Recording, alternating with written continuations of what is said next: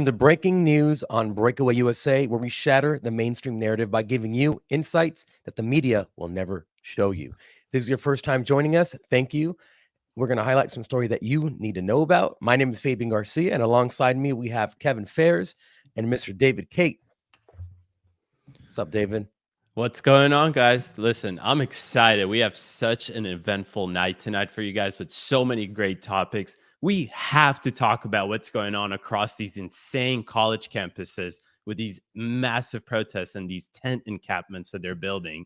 We're going to talk about Germany passes the trans bill. So that's going to be interesting. You have to stick around for that one. NPR defunded. So we're going to talk about the insane bias that we saw in NPR, the whistleblower essentially from NPR, and all the drama that happened there. And you can't miss Kev's quick hits. We're going to talk about Candace, Joe Rogan, Tucker, so much stuff. And of course, if we have time, we're going to have to talk about what happened inside the Congress halls where they were waving a foreign country's flag. So don't go anywhere. Wonder which one that one was. Right. I mean, I think you probably know exactly. It wasn't America's. I mean, like he said foreign, so we know it's not America's. In our Capitol building. Flipping insane. Right. Well, listen, guys, I mean, so many things that we can talk about first, but I think we have to start with the protests that are happening in Colombia. Now, we've seen it all over Twitter, essentially. Protests are happening across these elite universities, Columbia, Yale, and they've taken it a step further where they're building these like tent encampments essentially, and they're calling them autonomous zones essentially, and they're naming them their crazy stuff. Let's just watch one video real quickly from that.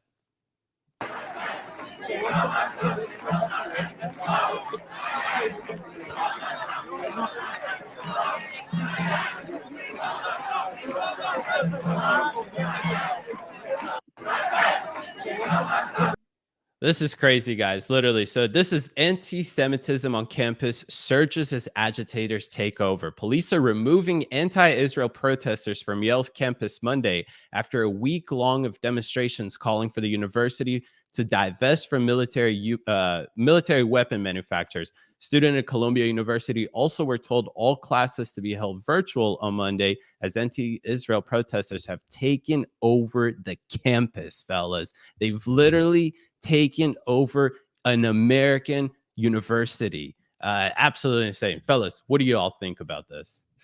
So this is exactly to the T what happened in China's Cultural Revolution.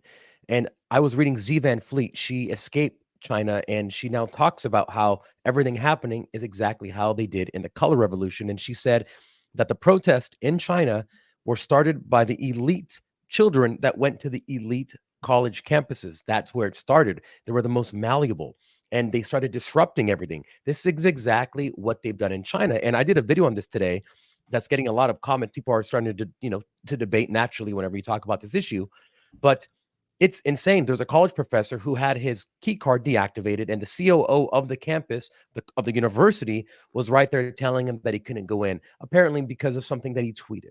You have students that are blocking other students, Jewish students, from going to their classes by making a human wall where they link arms and they don't allow him to pass. And in the video, I posted a picture about this. In 1939, the Nazis did the exact same thing to Jewish students in Berlin. And there's pictures of Nazis holding hands, making a wall so the Jewish students couldn't get through. Like, are these kids that stupid that they don't understand how history works? That in communism, the issue is never the issue. The issue is always communism. Whatever they can do to advance it, that's the real reason they're doing all of this stuff. Yeah, and there's two things I want to say. First off, to answer the question that Fabian just posed, are these kids that stupid? Yes, in fact, they are that stupid. And here's how I know is to answer the second thing that was said earlier by David is that they're taking over an American institution. Look, here's the thing is they've taken over American institutions a lot longer before just setting up camps now to protest for Hamas. When it comes to liberal indoctrination on our campuses, and I hate to say even liberal because they've co-opted that term. It's not liberal. It's just people that are blatantly for the destruction of America and what it stands for. And America in and of itself is more of a liberal country, liberal in definition, not liberal by the standard of what these wackos are. And so that stupid yes. And in short, the shortest way I can put this is what happens is we have institutions that are telling these kids that they are smart, that they are smarter than everybody. And they are smarter because they have this enlightenment level of worldview of some kind that they can see that Hamas are the good guys, terrorists are the good guys, and that Israel and them are actually the bad guys, and you're enlightened because you don't shower, you don't shave, you burn your bra, and you go on campus and you tell everybody that it's perfectly fine to bomb Jews. That's what's happening on our American institutions. So you're absolutely right, Fabian. This is emblematic of cultural revolutions of the past. This is nothing new. It's just really sad to see that it's happening today like it has many times before. Yeah, we have this video. This is the one I was watching. And if we can play that video, it's pretty wild. Give us that sound production. Cody, producer Cody. Cody. Cody behind the scenes. We cannot hear anything. But okay, just until we get the sound going. Basically, this is a Jewish professor that is not being allowed to go in because his key fob isn't activated anymore. And Fabian, who was there standing right there from the university? So that's the COO of the university, and he's there telling him, well, you can't go in there. And he says, I'm a professor here. Actually, first he said, I'm a Jewish person. And then he said, I'm an American, and I have a right to be anywhere I want. You can't tell me where I can be and where I can't be on this campus. And he made a declaration, and he went and he showed that the key card did not work anymore. And he essentially says, look, I have 5 lawsuits on my hand right now. I don't want to do this, but what other choice do I have? And and I saw a lot of the people that were supporting him. They were calling shame on the COO guy. And this is something. And in the video that I posted today on my Instagram, Fabian Lux, if you guys want to check it out, I said, people always say, especially now, how could the Holocaust have happened? How could we have allowed that to happen? And the exact same things that led to something like that, or that led to it, are happening right now in front of our faces. And almost nobody is calling them out. There are people, but there are a lot of silent people. And the people, if you're silent, you are the reason why, or in the past, you would have been the reason why the Holocaust would have been allowed to be perpetrated, because you don't speak up and speak out against it, and you allow them to just inch closer and closer and closer to some kind of massive genocidal type world that we're potentially going into. Absolutely. I agree with you guys so much. And the one thing that actually truly pisses me off is how this is an extension of just the liberal elite class that we've kind of formed here in the United States, because a bunch of these people that are going to these protests are privileged kids that have never had to step outside of the United States and truly experience things that are happening there. They perceive Israel the same way they perceive white people here in the United States, that they are privileged. They are the one oppressing, doing all of the oppressing. That's why, regardless of what facts you'll show them, like Yuri Bezmenov talked about, these people are going to be so demoralized that no amount of facts, regardless, you could even bring them to the concentration camps and show them everything, and they will still deny it. These are the exact type of people that we're working with here on these college campuses, because they deny reality, they deny facts, they don't know what the hell they're even talking about. In their idea, they're looking at a bunch of Israelis as, oh, look at this white demographic, which is hilarious because about 20% of Israel is Arabs, but they see them as like this rich, privileged oppressor that's oppressing these poor brown people, essentially. Exactly the same BLM narrative that you heard here in America. So it's funny what the type of groups that you see are protesting in these campuses. It's a bunch of people that are part of revolutionary organization, communist organizations. I wish I had the exact name for them. Fox News did a great segment on this, but guys, Antifa went from seeing BLM as an opportunity to kind of take over the United States to now they see, oh, a bunch of sheep are screaming this decolonization rhetoric. Let me join them in. So that's what you're seeing on these college campuses. You know, the one thing I will say that no one's really talking about is that communism's goal is to shatter the current thing, and that current thing is America. So that's all they want. That is success. Anything that destroys the culture, the institutions, anything that makes America America, they want to infiltrate it, and they have, and they are, and destroy it. So I said the same thing about Harvard. Everyone thinks that we won a battle when Claudine Gay got ousted. No, they still won because Harvard is now no longer Harvard. Applications have dropped so low. The same thing is happening now with Columbia. So they don't care. They literally call themselves a virus. The way they infiltrate, they go in and they destroy. They don't care if Columbia is going to be down to the dumps for the next 20 years. That's what they want. It's a beacon of American institutions, and that's what they want to break down.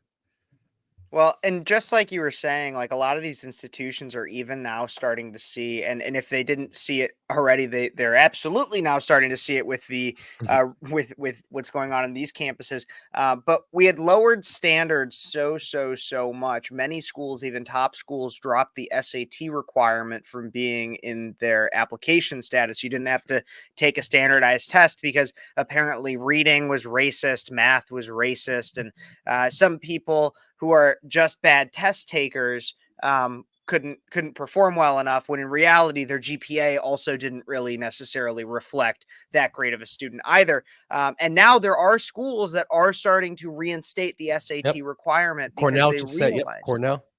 exactly. They're realizing they're like, man, we've really dropped our standards so much that now our output is terrible. And that's the thing, is how did these, nobody's asking themselves, nobody is looking in the mirror and saying, how did Harvard become Harvard?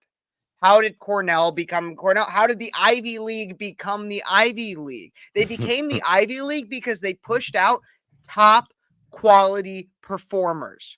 Now, there are people that slip through the cracks that were able to get in based on a name like Bush, but overall, the Good way old they got W. to where they are is because they've been long-standing institutions that eventually were able to push out top quality alumni. Well, think about this. That's how you bring out a school. And then once you start having no top quality alumni and you're just pushing out a bunch of people that, as Charlie Kirk says, look different but think the same, and they all think like idiots. Yeah, you're going to be like, man, we really got to step up our game. Well, here's the thing I just thought about from an economics perspective. Your job is as a university is to market yourself, right? People buy your merchandise, they support your teams their whole lives. So the day they die, they're going to be repping the university that they went to. Now, your job, you're expected to be a booster to give back to the school that helped you, because they have these massive funds that they create and that they make money off of. But if all your students are so dumb that none of them are going out and being the next multimillionaire or the multi-billionaire for that matter, then where's your money going to come from? How are you going to survive as a school? So they have to think economically, not only the imagery that's being sent from their campus, but also 10 years down the line, these students that we're letting in, they have no standards. They're not going to really do much, we think. And where's the money going to come from in the future? It's going to destroy the schools. Well, you already have a lot of the people who are funding these schools pulling out their funding after seeing absurd things like this, because like you guys were just all talking about, is that this isn't the Columbia or the Yale that we're, that made it Columbia and Yale in the first place. So, and I told you guys this before we started the show, people, the people that they accept into Columbia now is like this privileged UPS executive girl that ended up killing two elderly couple in a crash and still got admitted into Columbia University. And guess where they found her?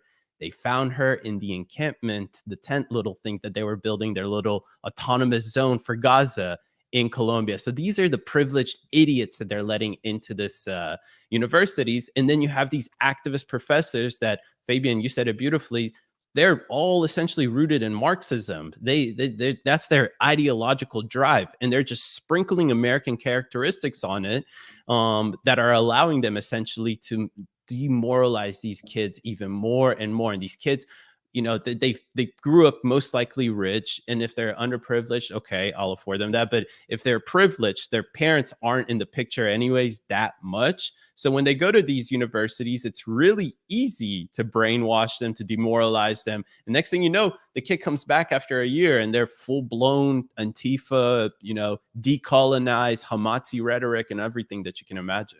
Well, and you're forgetting the most important part too, is not only is that all of the shit that they profess themselves, because it's what's being thrown at them. They also, because they didn't have parents necessarily to push a solid worldview onto them at the beginning, and they also struggle with identity, and so they're also coming back with a different, like, snow cone color hair, and now saying that they're a different gender, that they're non-binary, and that they actually or maybe they're a little bit curious and a little bisexual or something like that, because they have no idea who the fuck they are. That's really what happens. This is the video of that student who they're not letting him go by. What does the vest give you, like, as far as no authority?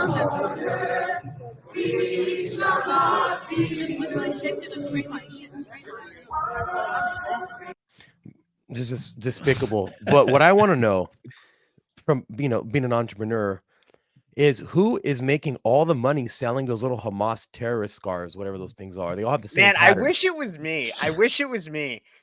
And then donate all the money to, like, Turning Point or something.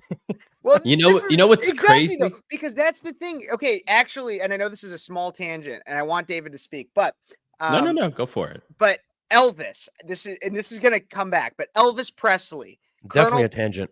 Colonel Parker, who is the man who managed Elvis Presley, was the one who famously revolutionized the idea of merchandising, because because of how big Elvis was, there were contrarians out there that were like, I don't like Elvis because he's so popular, just as much as we have hipsters today that are like, I don't like this person because they're too mainstream or something like that.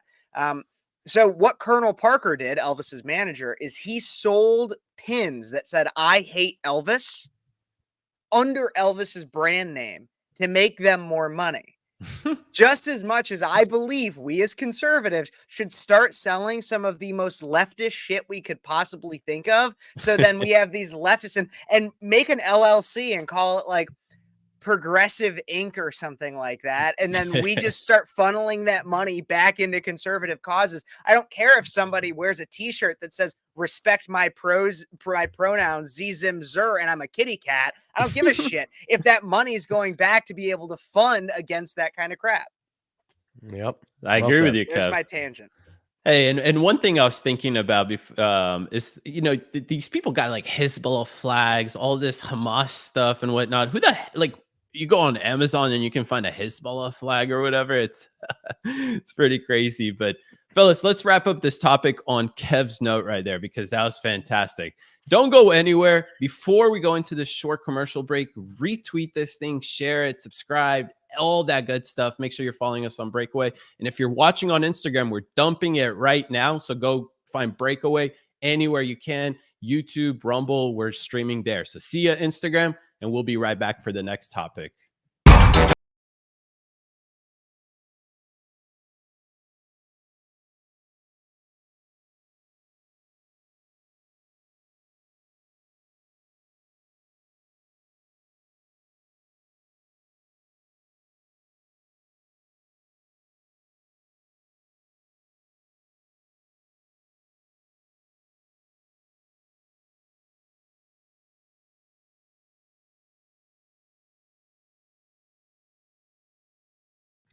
And that was our sponsor, Freedom Water. Shout out to Freedom 2.0, the best water company out there. It's a movement that's fighting for freedom of speech, ensuring that you stay hydrated with some of the purest water out there, which includes reverse osmosis, O3 ozonated infusion, and ultraviolet water filtration, which takes out all the impurities without using chemicals.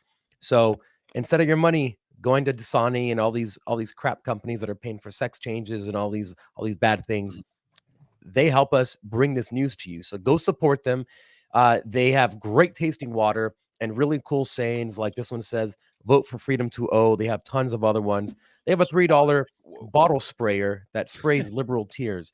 So go check them out at freedom20.com Look, /USA, and you'll see our page right on there. So make sure you support them. They support us. And also, you'll get 15% off your order if you put Breakaway as the promo code. they have some great tumblers too. And so, like, if you're out there and you're a white mom about to go to the pool and you want to have like your LaCroix and vodka, but they don't allow alcoholic beverages or something, you Yep. can get your Freedom Water tumbler and put your LaCroix and vodka in there. I'm telling you, this is I was a lifeguard for several years, and there were moms, and we were like, wow, they're getting a lot more fun as the day goes on, and it's because in their tumblers they would hide liquor, and so you could do that with Freedom 2.0. That So you makes guys- sense. Yeah. Yeah. Go get So, your guys, freedom water. Something big just passed today, and we got to talk about it. And I want to show this because it's really bad for what's going to come after. So we know that in Canada they have their, I think it's called C16, where you Yep. can be fined and even in prison if you use the wrong pronoun for someone or on someone. We know that Twitter was banning people for what's called dead naming people, meaning if I want to be called Susie and you call me Fabian, it's called dead naming apparently because it makes me feel wow, like my feelings hurt. But Germany just passed this law. It's called the self-identification law, which does weird things like allow infants to transition. So I need to read a little bit of this. Yeah, it's really weird. Let me read a little bit about this. So it's just passed, I think, like today or something like that. But it permits the parents to alter the recorded sex of children beginning from birth, from the age of 5 years old. So from 5 years old, the parents can do it. They also do this crazy thing like fine you if you dead name someone. So it includes a ban on disclosure that prohibits naming the sex and former birth name of an individual. The prohibition also applies to family members. Anyone who violates the ban on disclosure will face a fine of up to 10,000 euros, which could discourage family members from coming forward to discuss how identity change impacts them. Another thing that they did is that I mean, it just goes on, but this bill, it has a lot of things loaded in there, which is just really I want to bad. wait. I because- want to watch. Can we watch this video? Yeah, I know, can we pull right? up This person video? looks brilliant. Oh, It's this like this all, this all guy's I'm crazy. thinking of so far is like Hitler just coming back from the. You will not call me Adolf Hitler. You're just like you're dead naming me. Like I just can't fucking believe it. The Germans always find a way to just kill themselves, and this is just. I mean, they did it against German Jews back in the 40s. Now they're doing it against themselves with this gender bullshit. But let's see. Let's see what Mit this. den He basically sounds like, Gesetz war es so, dass man 2 Gutachten machen musste, bevor man seinen Namen ändern That's a boy? kann. Diese Gutachten No, you can't say that, gehen Dave. You're extrem in dead die naming. Privatsphäre rein. Also, ich habe eine Dauerkarte für die Südkurve bei Bayern München. Da wurde mir dann vorgeworfen, naja, What is wie this? weiblich kannst du denn sein, wenn du Of course, his last regelmäßig name ins is Rumpel. Fußballstadion gehst? Wo Rumpelstiltskin. andere Leute bewerten, was man selber eigentlich längst weiß. Und dann kommt der Staat und sagt, naja, du musst es Yeah, it jetzt looks aber like halt nochmal Gordon beweisen. Ramsay. Ich war halt immer darauf angewiesen, dass irgendwelche Menschen mir glauben und irgendwelche Menschen mich ernst nehmen. So. Das habe ich halt mit dem Gesetz jetzt dann nicht mehr. Mit dem Alright, well, Selbstbestimmungsgesetz ist es deutlich. I mean, this is wild Yikes. because That's the Yeah. funniest thing. I love this story. I'd rather be aborted than transitioned at 5. Yes. Oh my God. yeah, this Fabian, is you wild. said that this is the bill allows infants to transition? Yeah. So the parents can start transitioning a child basically from when they're born and change the sex. The child at before 14 years old can do it with his parents if he gets old enough and wants to do it. And after 14, here's one of the scary parts. Is it says that either the parents can approve it or the family court can approve the child's sex change. So a child, this is what I don't like. No, I don't like the whole thing, but this is what's extremely scary. Is and they tried to pass it in California, and Newsom vetoed this, where a child who his parents aren't approving of the sex change can go cry to the government, family court, get taken away, and now the court will say, you know what, we're allowing you to do it. Thank you, state of, Wow. of Germany or state of California. And this is another attempt to remove parental rights from parents. In Canada, you had the VP, the vice prime minister or whatever they call it, saying that there are no such things as parental rights. There's only human rights, individual rights, but not parental rights. So they're slowly starting to try to pry the children away from the parents and make them be raised by the state. Which isn't that, correct me if I'm wrong, Fabian, but isn't that exactly what happens in communist countries where the Exactly what happened. state removes the parents essentially? Yeah. The father of cultural Marxism said himself that the biggest transmitters of culture are the nuclear family, and that in order to break that and break that capitalist idea and mindset, you have to have the state raise the children, have all the children be beholden to the state for everything, for their ability to change their sex, for their food, for their for their money, for every single thing. That's how you get a population dependent on the state, and the state can do whatever they want because you have no other way to sustain yourself other than allowing the state to do it for you. I want you to like just to think about this, just common sense, if there's any common sense left out there. I mean, an infant, what the only reason an infant needs to transition is because the parents aren't happy with the fact that they have a boy instead of a girl, or that they got a girl instead of a boy. I really don't see. There's other reasons though. But which one? Because they believe in Santa Claus. So you know what I mean? What are they? The I'm a believer reason kid. is Yeah, go for for this belief now that if you have a trans child, it's the new version of, and I don't know if we talked about this the other day on the show on Thursday, or if I talked about this yesterday on my show. But this idea that now trans children are an accessory just as much as it used to be like the purse dog, the little chihuahua, like the thing that you'd carry around. No, now if you have a gay child or a trans child, it's an accessory. It's something you used to be able, even as a parent, you used to brag about, oh, my child's a doctor, my child's a lawyer. Nowadays, you brag about the fact, oh, well, I get to claim like pseudo victim status, or like what would the word be? Like transcendent, or not even tangential victim status, because my child is a tranny or my child. And so if you do it from even that young age, then you get to claim their victim status without ever actually having to face the genital mutilation and the birth or the defects, the all the issues that can come with guys. I think we all got fined like $10,000 if we lived in Germany right now. So that's euros. perfectly fine. I already brought up Hitler, and that's not allowed there either. So, well, which is Instagram hilarious, also removed. honestly. Yeah, Go ahead, Fabian. I was just going to say Instagram removed Kevin's video as hate speech where he was making fun of Dylan Mulvaney. So yes, it's still up. They're already on us. Still up on YouTube if we want to watch it real quick. I like that they constantly say it's like a good argument that a good argument. It's a shitty argument that they think is really good. They say we need to be more liberal like those European countries. And then you hear these things like that we get fined hundreds and thousands of dollars. I think it's hundreds, honestly, for the conversation that we just had here. Ain't nothing liberal about that. That is just ultra, whatever you want to call it. It's fascist, honestly. You're controlling our language at that point in our. It's like, hey guys, we need to be more free, so we're gonna put you in jail for speaking your mind. But it has to be because it's gonna be a more free world if we just put everyone who thinks differently in jail. Crazy logic there.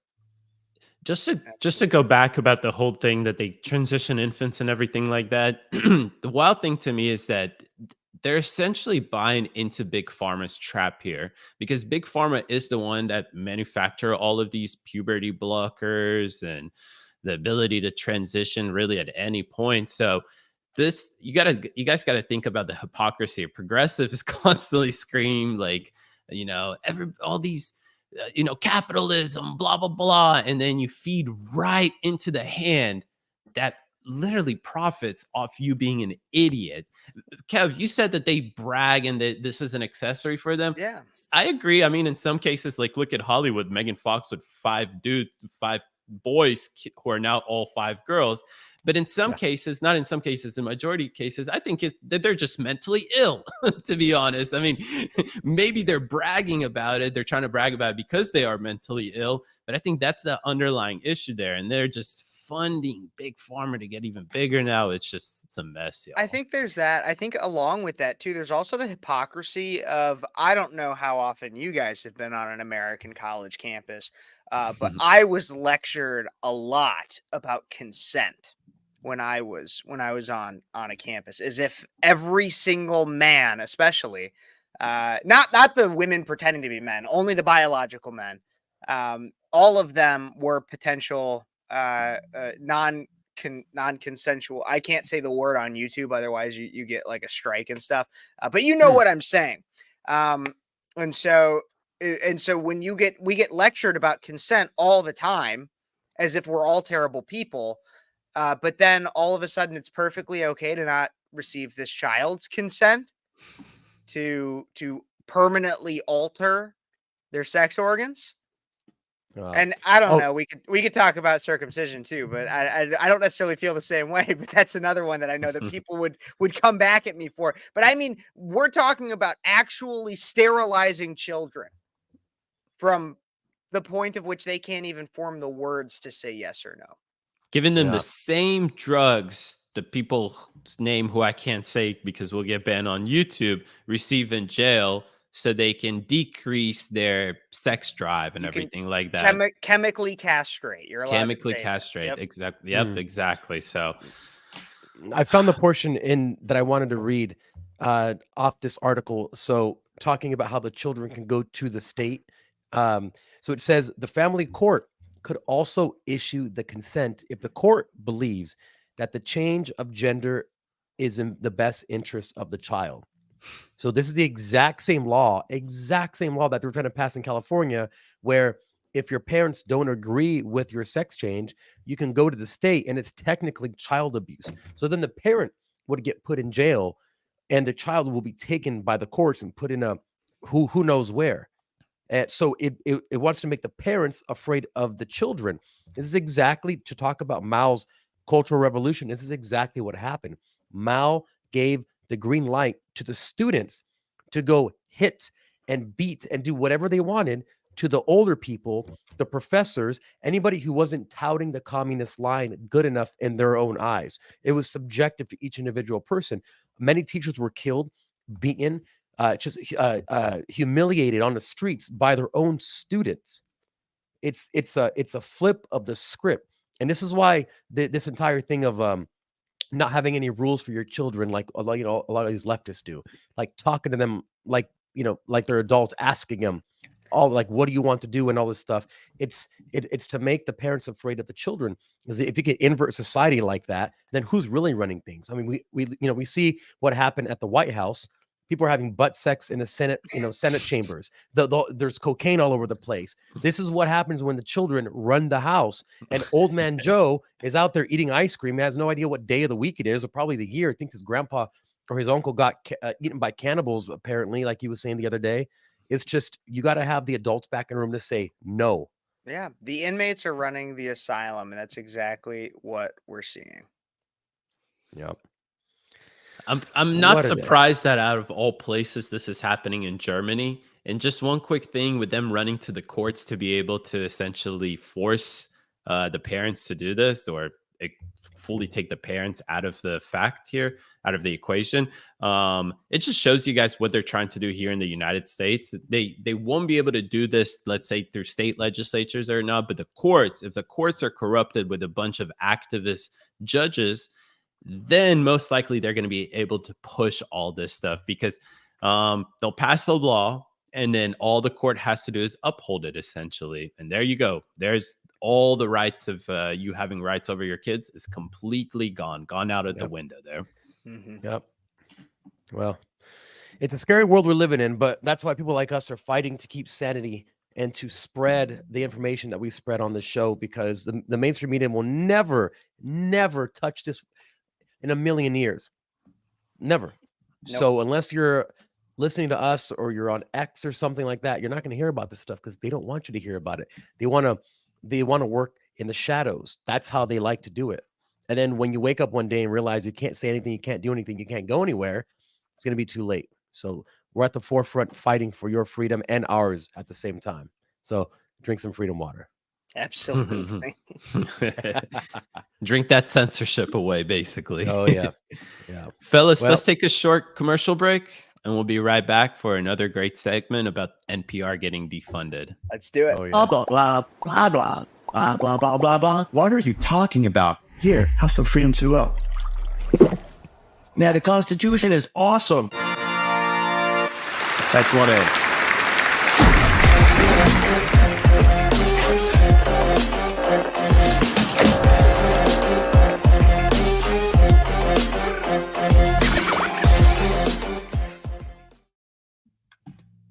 Oh, sorry. I was just jamming out a little bit. Yes, NPR. As Fabian was saying, we absolutely have a mainstream media that doesn't want you to know the truth. And here's a perfect example of that. Republicans are pushing to defund NPR over political bias. If you've been paying attention, especially to Twitter in the last week or so, you notice that NPR appointed a new CEO who has been wildly leftist. And when I say NPR, I want to be clear as to what that stands for: National Public Radio. However, they're not just a radio service. They obviously do different print media as well, digital media. And so to appoint somebody who is so overtly liberal has caused quite the controversy. Along with that, at the same time, there was a conservative NPR content creator of some kind who has since been suspended and I believe fired from his position, and for little reason given, and it can only be assumed that it has something to do with his political bias and calling out the new CEO. However, according to the Daily Wire, Republicans now in the House and Senate are pushing to defund NPR, not defend, defund NPR after the now former editor wrote an essay exposing the liberal biases of the outlet, and reports broke on leftist comments made by CEO Catherine Marr. Following Senator Marsha Blackburn's from Tennessee, her introduction of the bill last week to pull government funding from National Public Radio, Republican reps Jim Banks from Indiana, Claudia Tenney from New York, Bob Good from Virginia, who actually represents Liberty University, so heck yeah, Bob Good, all introduced their own legislation to end funding for the outlet. Banks introduced his measure on Friday, taking aim at Marr and calling NPR, quote, low-grade propaganda. And so the important thing to talk about with this is that this is state-funded media. NPR is state-funded media. This is your tax dollars going to what is being said. And so I want to play some clips, and I want to talk about not only the story as a whole, but I want to talk about who this CEO is. So I know we have one where this new CEO calls the First Amendment an obstacle. Let's play this clip. That we see and is, of course, the First Amendment in the United States is a fairly robust protection of rights, and that is a protection of rights both for platforms, which I actually think is very important, that platforms have those rights to be able to regulate what kind of content they want on their sites.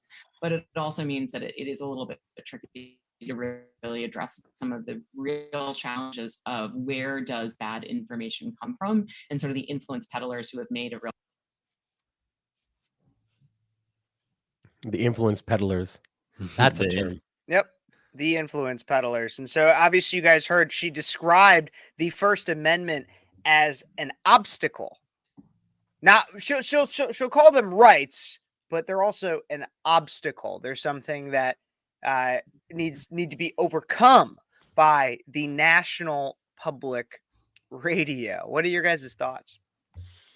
And this sucks because I actually used to listen to NPR like a long time ago, and they had really cool stories. You know, they highlighted different things. I learned a lot about what's happening in Africa or different parts of the world from it.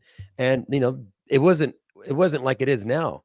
I haven't listened to it in 10 years, but it sucks, man, because NPR was, I liked it. And to see another American institution be called, for defunding and people want to destroy it. It's sad because that's exactly what they want. They want to destroy every single Yep. thing.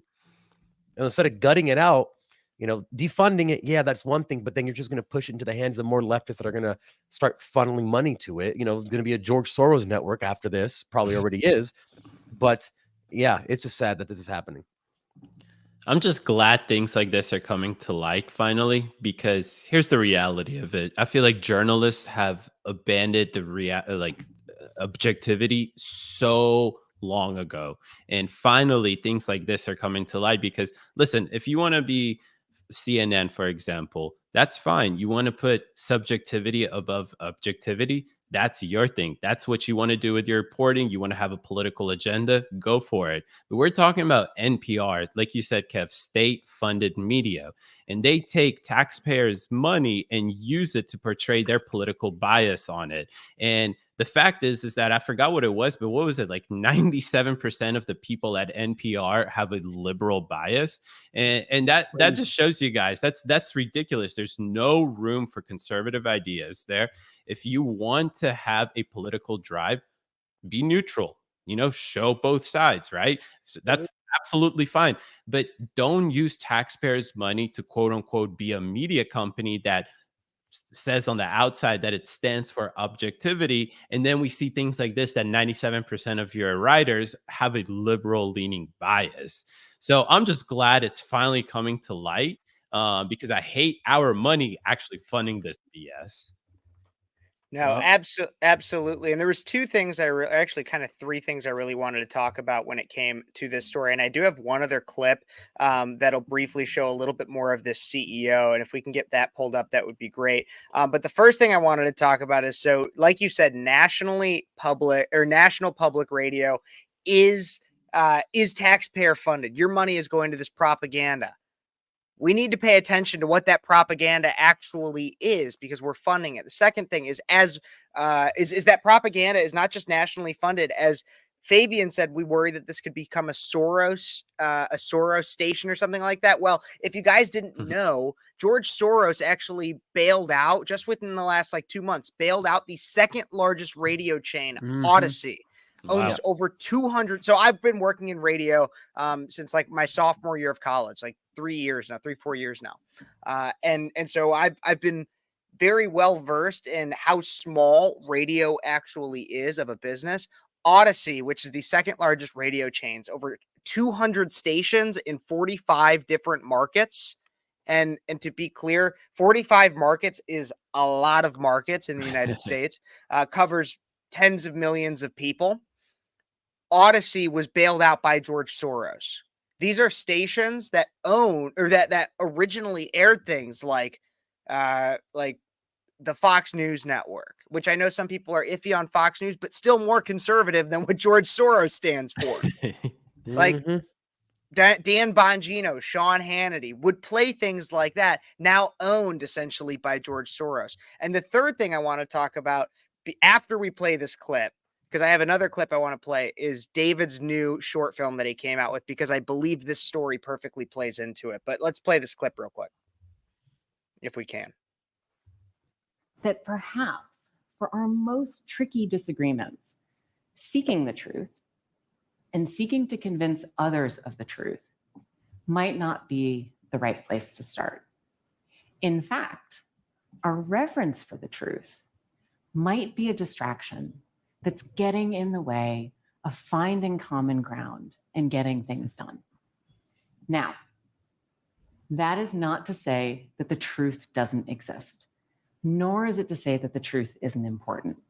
Clearly, the search for the truth has led us to do great things, to learn great things.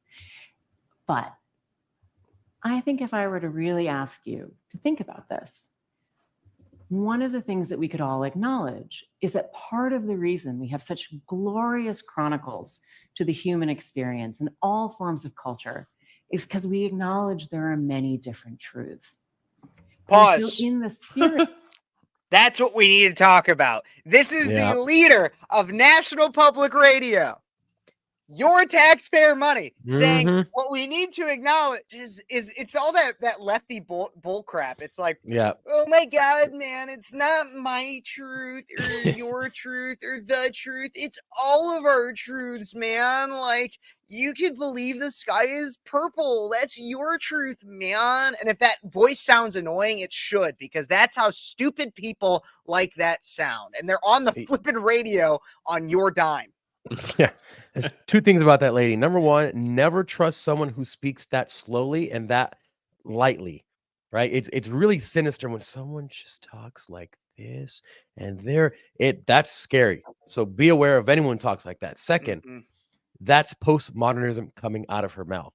Postmodernism rejects universal truths, grand narratives, everything. It takes what any structure that we've had across the entirety of humanity, and it breaks it all down. For what? Because you can't figure out what's truth or not. So these idiots wrote this stuff, postmodernism, and then Marxists got a hold of it, and they're like, oh yeah, let's kind of incorporate some of that, because then no one can know anything. And if no one can know anything, then we can divide people by intersectional lines, which is what they've done. And now everyone's fighting because there's no universal truth. There's no grand narrative. Everyone's doing their own thing. So how are you going to come together if you don't even know what truth is? And Jordan Peterson says a very good point on this subject. He says the fact that whoever he's speaking to, he goes, the fact that you and I are having a conversation is because we objectively agree that words have specific meanings. That's how we're exchanging information. But if we can't even agree on what words mean, then how are we going to have a conversation? And that really stuck out to me because that's exactly what we're going through now as a country. You call everything genocide. Well, what is genocide? If you think it's one thing, I think how are you and I going to have a productive conversation about that? And that's what they're using, and that's what she's talking about. Absolutely. David, thoughts?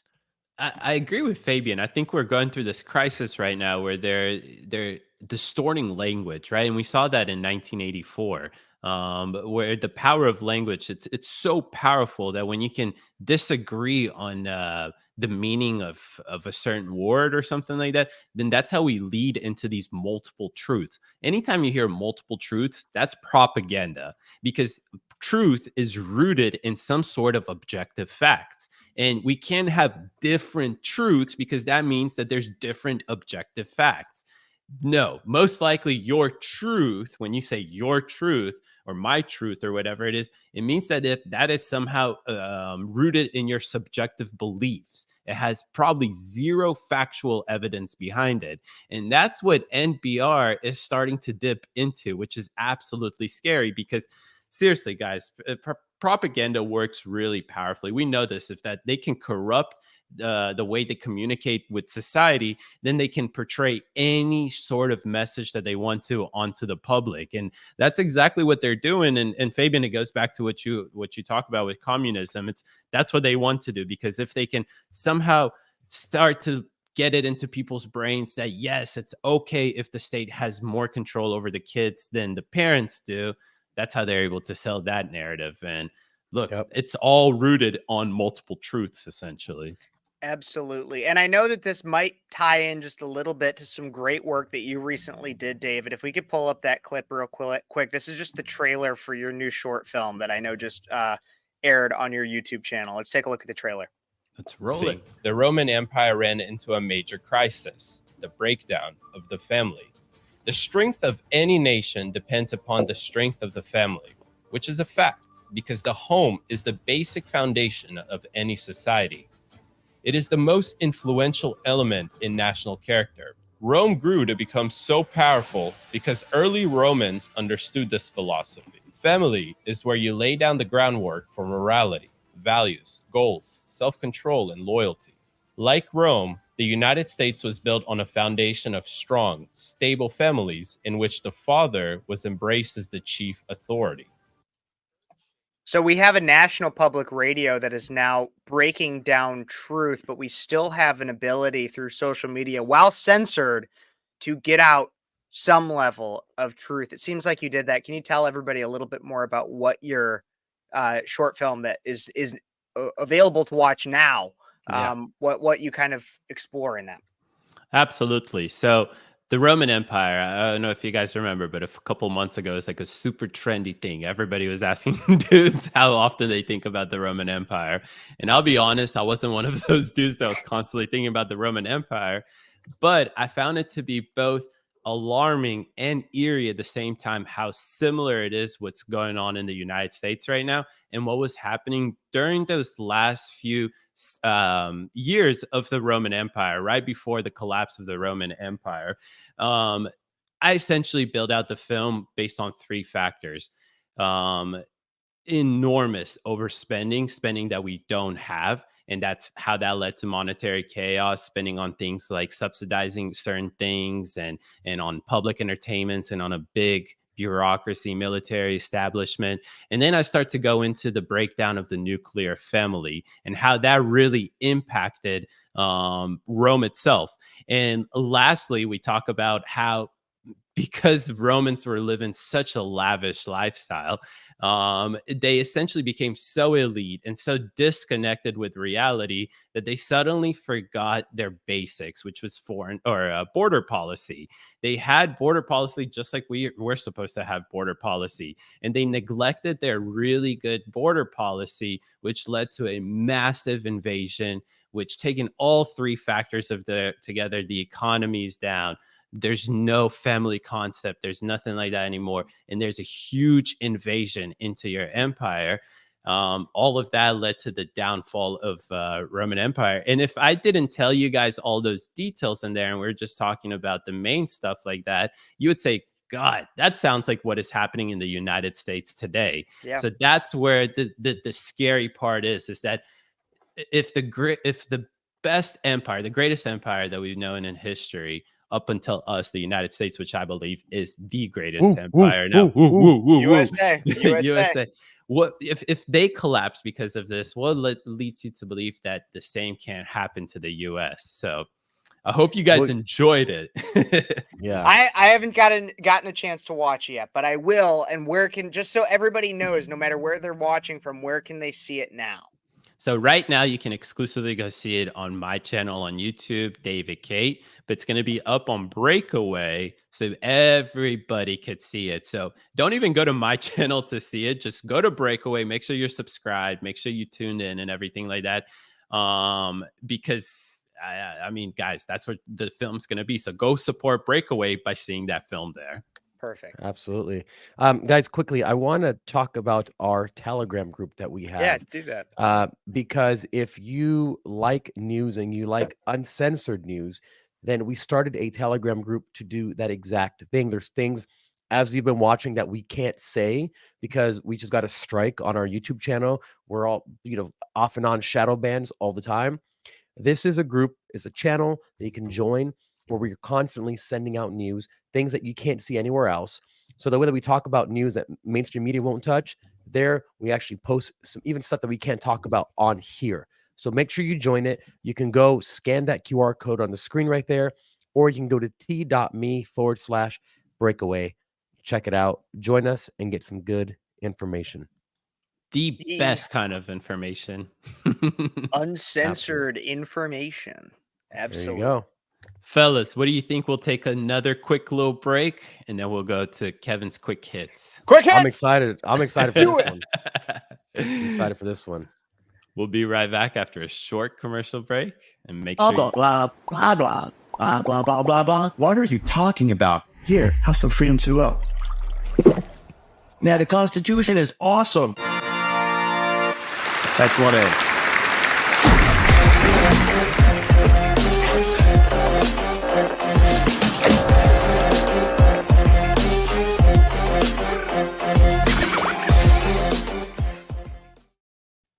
All right, everybody. Now it's time for Kev's quick hits.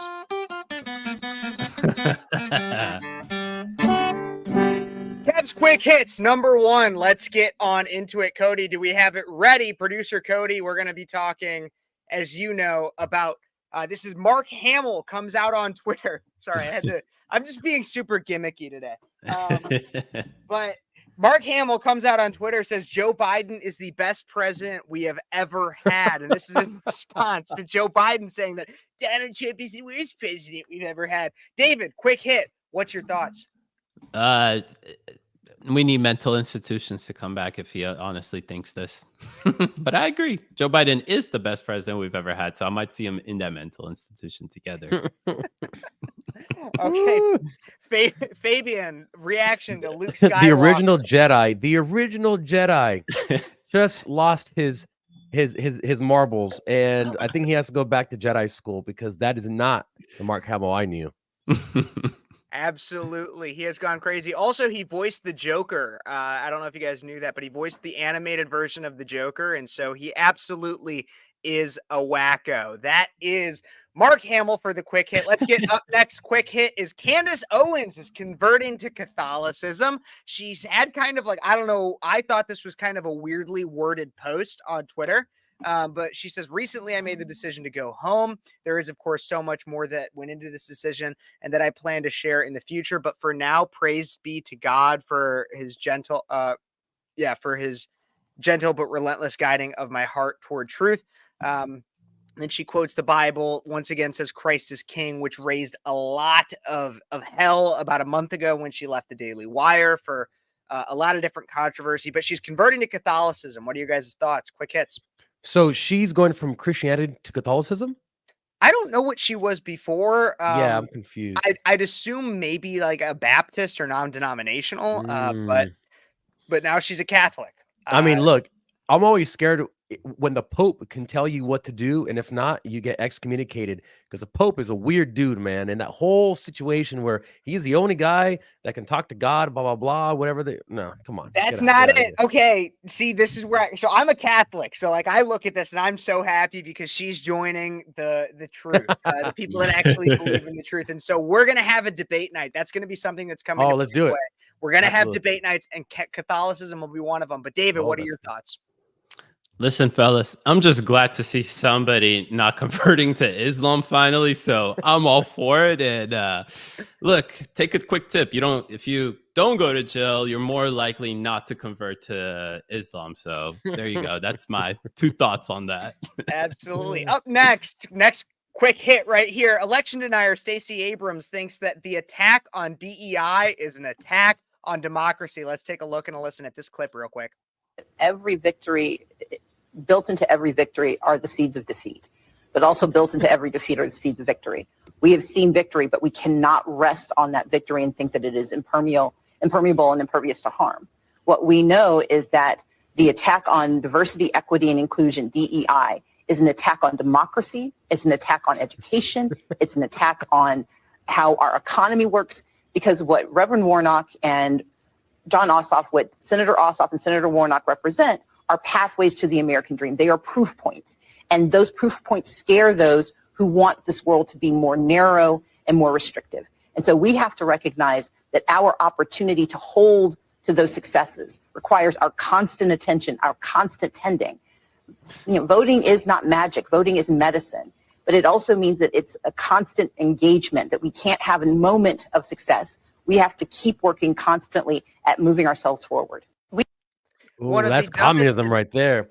One of the dumbest and ugliest people I have ever seen, who is also an election denier, comes out and says that DEI, an attack on DEI is an attack on democracy. I want to know your thoughts, Fabian, but I want to know first because over here on this side of me, we have a man from Georgia, somebody who is directly related to Stacey Abrams. Basically. Literally directly. I mean, listen, the only attack on democracy is that field goal in the middle of her teeth there. But well, that's for, I guess, another discussion.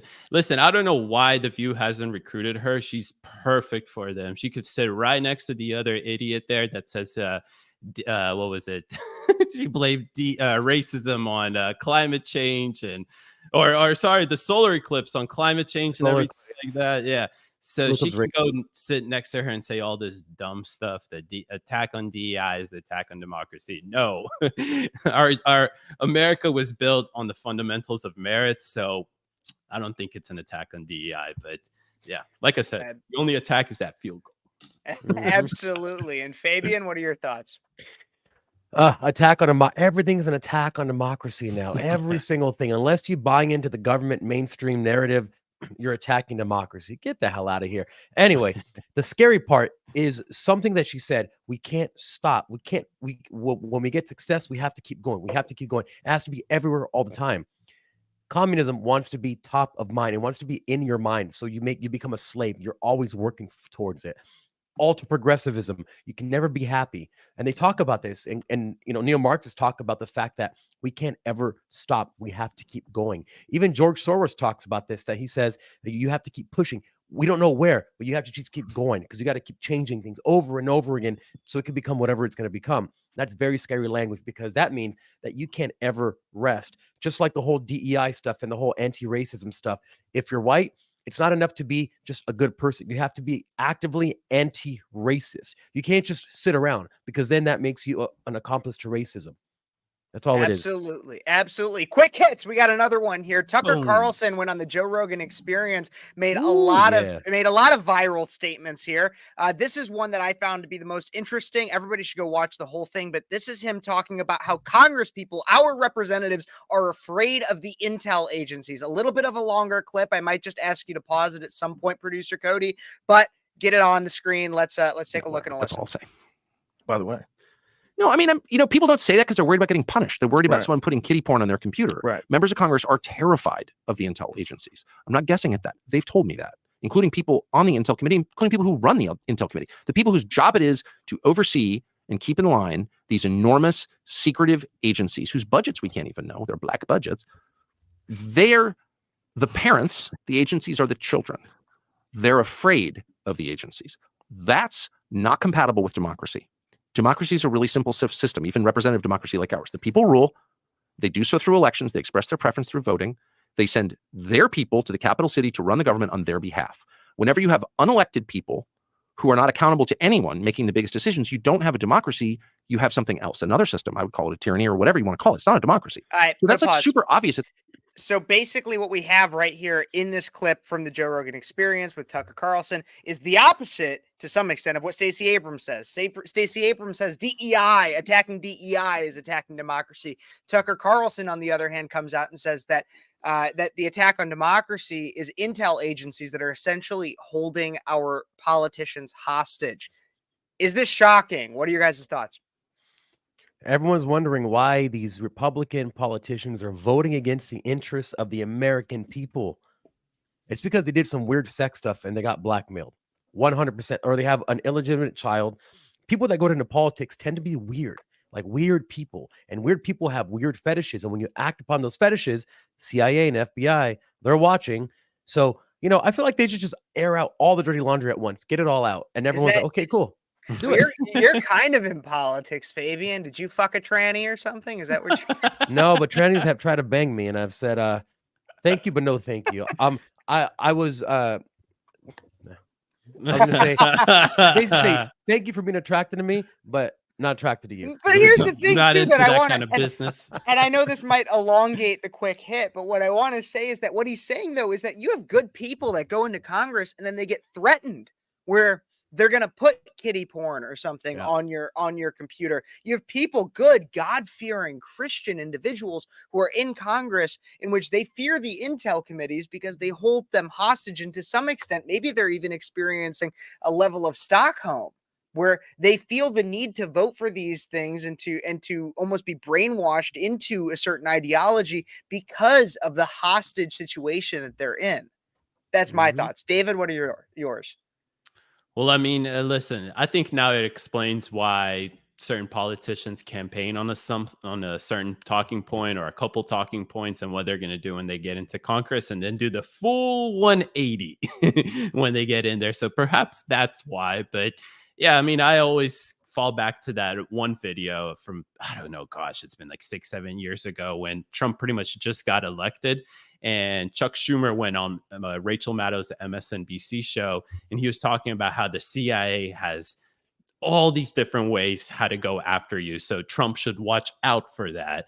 One of these shows will definitely play that clip. But I mean, we've known this for a while, right? And I don't think Tucker says anything new. The one criticism I'll say about Tucker is that we kind of guess that's what's happening behind the scenes, but we haven't seen any like evidence. So I would love Tucker to like bring forward this evidence so we could actually be like, okay, look, this is actually what's happening. Because in that clip, that longer clip, he was talking about how he has sources, even congressmen themselves talking about how this is happening. So, you know, Well, I'd love to see the evidence of I'll this. agree, but could we also, I mean, like maybe some of the evidence that we could try to look at would be like Madison Cawthorn before he left Congress trying to say that there's some like weird sex parties that he's been invited to. And I know he's a cripple, so like the chances of him being invited to some weird sex parties is minimal. That's a Dave Chappelle joke, by the way. Yeah, Don't he's laugh like a at it door because guy.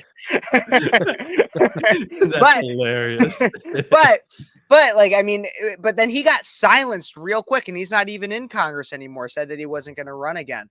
That's true. Was it maybe because of pressure? Like, I'm not going to come out and say like that's concrete evidence. I would like to see the concrete evidence, but when it comes to things that are that secretive, we won't necessarily get the concrete evidence, and we have to do with what we have. That's my thought. But we have one final quick hit coming up, and that's Alina Habba, one of Trump's attorney as well as spokesperson, absolutely destroying. She went off today and waged war against all of the crap that's going on against Trump outside of his courthouse today. Let's take a look and listen at this clip. I have 2 teams of lawyers here today. He should not even be here today because he did nothing wrong. It is the epitome of a witch hunt. I just left where a judge asked us whether our cash bond, cash sitting in. Miss James wanted to argue and say that our cash somehow isn't green enough.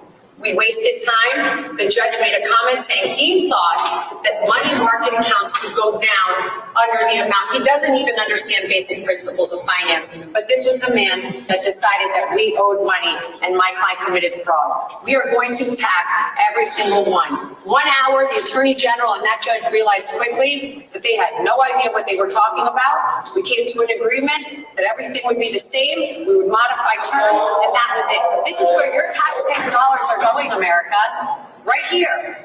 Witch hunt after witch hunt. President Trump's company was worth more in that case than it is now. And now what? We're here because of something that happened when he was in the White House that wasn't even wrong. It was not wrong. You hire lawyers to solve problems, lawyers solve those problems, you pay them. That's it. This is a joke. It's an affront to the American Constitution. It's an affront to our judicial system. And it's an affront to every lawyer that cares about their license, that cares about what is right and wrong. I am sick of coming in front of the press and saying this, but you have to because you people need to understand what is going on. God forbid you put an accounting thing in for legal counsel. It's legal counsel. And now our taxpayer dollars, my time, our attorney's fees, are all here because they're afraid of 2024. And you know what? They should be because the American people are not stupid. They see what's going on. Thank you. Ooh, Jesus. Okay, well, that was absolutely fiery. Obviously, the Trump trials are heating up. Fabian, your thoughts? Listen, I'd be that mad if I dealt with idiot activist judges every single day of my life too.